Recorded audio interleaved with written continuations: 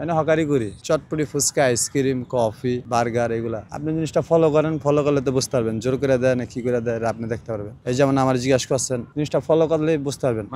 তো জোর করে দিলে তার বিল পাবো না জিনিসটা জোর করে দিলে হার লাগে আমার মুখ কালাগালি হইব ওইসবের ভিত্তি আমরা নাই জিগামু যদি জিগায় তখন আমরা একটু কই মামা একবার কেউ না করে আগের থেকে অনেক পরিবর্তন হয়েছে আগে তো আমগো লোক ছিল প্রায় 20-30 জন আর আছি আমরা 6-7 জন রমনাপার না এগুলা দিই নেই আমরা দেখছি একজনে আরেকজন আনছে ধরছে এইভাবে এইগুলা দেখছি কিন্তু আদার্স এগুলো আদার্স কোনো কিছু দিইনি আমার মতে ভালোই আছে সুন্দরই আছে